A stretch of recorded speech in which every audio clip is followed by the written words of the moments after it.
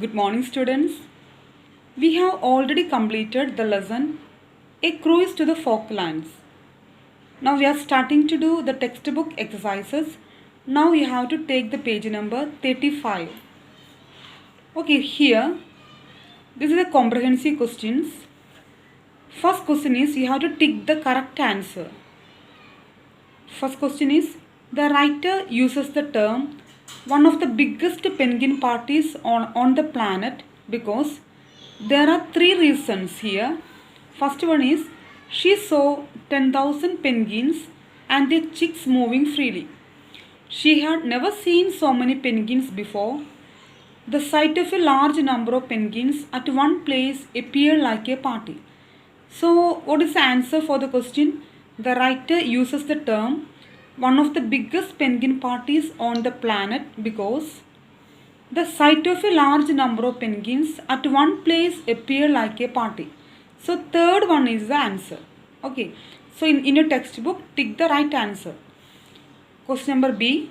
The penguins were bathed in a pool of golden light. Why? The penguins were bathed in a pool of golden light. Why? There are three options. The sun was shining through the break in the clouds. The sunlight was reflecting on their plumage. The color around their neck was giving off the glow. Here too, the third one, the penguins were bathed in a pool of golden light because the color around their neck was giving off the glow. The color around their neck was giving off the glow. That is the third one is the answer. Okay. Now you can take page number 36. Okay, so we are beginning. From the paragraph that follows, find the words that mean fully crowded. Which word in the lesson meaning fully crowded? So there is a word in the lesson packed out. Packed out is the real word for fully crowded. Then second one is spread out. There is a word sprawled. Okay, and shapes, silhouettes. Embellished, adorned, blended, merged, field of vision, horizon. These are the same meaning words from the lesson. Now we can go to the page number 36, same pronunciation. So you have to read, spell and sound the words. First word is ornithologist, second anchor, third one sauceberry, fourth one flurry, then fifth one, assortment. Next one, petrified, seduced, lolloped, waggled, terriers, silhouette. The last word is silhouette. Here, the page number 37, you can read the telling sentences given before each incomplete sentence. Use the words from the box to complete the showing sentences by filling in the blanks. One has been done for you. So in the brackets there are some words given already for you as a clues: dangled, rushed, recognized, whipped, clutched, beating, sipped, demanded, peeped and blew. So we can see what are the answers for it. First question is my lawn was covered with leaves. My lawn was covered with leaves. So leaves blew through my lawn and piled up against the fence of dry shrubs. Leaves blew through my lawn and piled up against the fence of dry shrubs. And the second one, the question is, the child on the street wanted my favorite strawberry ice cream, which I had just bought. Okay, so the beggar boy dashed at my shirt and the sweet creamy strawberry cone that I couldn't wait to bite into. So we are beginning now from page number 40, functions of verb forms. Functions of verb forms. All forms of verbs have a function in a sentence. The present and past participle forms of verbs are called non-finite verbs. They function as adjectives or nouns or gerund, or just verbs stating the action. Okay, and the simple present and simple past verbs form as finite verb. They carry the tense on their own and are used as the main verbs in a sentence. The infinitive forms of verbs are also non-finite verbs. So now we are going to learn finite verb and non-finite verb. Okay, what is a finite verb? The simple present and simple past verb forms are finite verb. Okay, so now I take a verb like simple present form, like or likes. Okay, then she likes, I like. Fine. Then what is the past form of like? He liked, I liked. Okay, so they are, what is the form of the verb? Finite verb. So the simple present and simple past verb forms are called finite verbs. Then what is non-finite verbs? Each and every verb is having a to form. Okay, to like. I am adding to with like. So to like is an infinitive form. To infinitive. So that is a all the infinitive forms, they are called non-finite verbs. Non-finite form verbs. And the present and past participle forms of verbs are non-finite verbs. They function as adjectives or nouns or gerunds or just verbs stating the action. So we can see, for example, distancing themselves from the squeaking siblings, adolescents waddled around the rookery in various stages of molt. Here first word is distancing. Distancing, it is not a simple present tense or simple past tense because it is a gerund form. Gerund means a verb with ing form. Okay, so distancing is a non-finite verb here. Then another word here, squeaking. Squeaking also gerund form, so it is called non-finite verb. Then waddled, it is a finite verb. Why waddled is a finite verb? This is simple past tense. Waddled is in simple past tense. So all the simple present tense and past tense it should be finite verb. Okay. Then next example, clinging. Again gerund form. So it is non-finite verb. Then adorning. That is also non-finite verb. Then page number 41. Page number 41. Example 2. Example 2. Verbs in infinitive forms are also non-finite. I already told you. Verbs in infinitive form also non-finite. Infinitive means when we add to with any verb, it is infinitive form. It is in infinitive form. For example, I set off to find, to find, to find. With the verb find, we have added now to find. It is a non-finite. Okay, to find is a infinitive form, so it is also called non-finite. So I set off to find a quiet spot to take it all in. To take it. To take it. Now which verb? It is again infinitive. There is with the to, with the take to. To take, non-finite verb. Non-finite verb. Okay. So all the verb with the two forms are non-finite verbs. Then types of non-finite verbs. Types of non-finite verbs. There are three types of non-finite verbs. Infinitives, I told you, any verb with the to.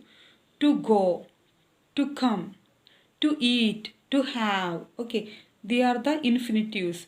So all the infinitives are the non-finite verbs. Then participles. What is participles? So there are different types of present participle, past participle. Okay, what is present participle? Okay, that is seen, seen, see, saw, seen. Then what is past participle? That the third form is ed form participles and gerund ing forms. An infinitive verb is used to indicate purpose. Here for example, infinitive verb is used to indicate purpose. She sat on a mound. Mound means sand. Okay. She sat on a mound to watch the penguins. She sat on a mound. For what she sat on a mound? Reason is to watch the penguins. She sat on a mound to watch the penguins. Here the infinitive verb to watch indicates the purpose as to why she sat on a mound. Second one, example for non-finite. Okay, don't forget. A gerund is the ing form of a verb which functions as a noun. Actually, gerund and participles, they are the ing forms. If anybody is asking you what is the difference between a gerund and participle, so you can tell a gerund or participle, they are ing forms, but gerund is always a verb with ing. Okay, a verb with ing form verb, but it can be used. The function of the gerund is a noun. As a noun, it is functioning. But a participle is also ing form, a verb with ing form, but the function is different. What is the function of the participle? A participle always functioning as an adjective. That is the difference. Okay. So here, for example, a gerund is the ing form of a verb which functions as a noun. For example, all the watching and guarding did not protect my house from burglary. So all the watching and guarding, these words, they are ing forms. I told you gerund means ing forms. Here watching and guarding functioning as a subject and noun. So since it is functioning as a noun, it is called gerund. Okay. So function, you have to take care of the function in a sentence. Then you have to feel whether it is gerund or participle. The participles can be in any form, just like ing form, ed form. Okay. And function, what is function? Adjective, functioning as adjective. That is the difference between gerund and participle. Okay. So here, then a participle is a verb form that functions as an adjective. Underline in your textbook. A participle is a verb form that functions as an adjective and usually ends in ing, ed or d. So sometimes a participle is all end in en form also. Okay, gone. Go, went and gone. Gone is a participle. Fine. So it can be end in en. This time his eyes found a small, still thing on the edge of a moving ocean. Moving here, moving ocean. So here the qualifying word moving. Moving is not a noun form here. Moving ocean. So it is the moving, the word is functioning as an adjective. Fine. So it is a participle.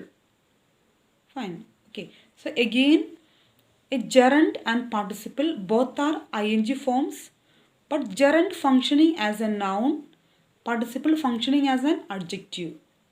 Okay, so they are totally different. Fine. So here in page number 42, we have an exercise. So we have to find out finite and non-finite forms. To underline the finite verbs, encircle the non-finite verbs in the sentences given below. First sentence is, South Georgia's penguins have little reason to fear us. So underline the finite verb. Which is the finite verb here? Actually in this first sentence, there are two verbs. What are the verbs? Have and to fear. To fear is to infinitive. Fine. So have. Have is a finite verb and to fear you have to circle as non-finite verb. It is a non-finite verb because it is infinitive. There is a verb with to. Okay. So have, underline have, circle to fear.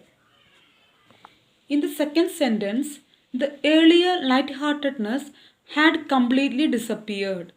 So here there are two verbs, had and disappeared. It is finite verbs are had and disappeared. There are no non-finite verbs here. In the third sentence, he had bared his fat arms as he worked to empty the water from the boat. He had bared his fat arms as he worked. Here you have to underline the word worked because it is finite verb and circle to empty. It is infinitive. Okay. So non-finite verbs are infinitive. The herd captain lying in the front was feeling defeat and despair. So you have to circle here lying because it is non-finite verb and was feeling is finite. Then again, as each verb came and the boat rose for it, It seemed like a horse leaping over a high fence. So which are the words we have to underline as finite verb? Yes, first one, came and rose. In the E, came, rose, underline. Then what is non-finite verb? Leaping. Leaping is non-finite. Okay, participle. At last, from the top of each verb, the men in the rolling boat could see land. So in the F, we haven't a finite verb and we have non-finite verb. Rolling, ing form. Okay, rolling. The men in the rolling boat. Rolling boat means it is rolling ing form. This participle functioning as an adjective. Boating is rolling. So rolling is an adjective here. Seeing the next boat of tourists arrive on the beach, I set off to find a quiet spot to take it all in. So seeing here participle functioning as noun. Okay. So here gerund form. Seeing is a gerund form because functioning in the sentence this gerund form as a noun. Seeing the next boat of tourists arrive on the beach. Underline finite. Arrive. I set off. Again finite. Set off underline. To find infinitive. So to find is non-finite verb. Caught spot to take it all in. The last one. But as I clambered across the dunes, I had the feeling I was being followed and turned to find I had a penguin in tow.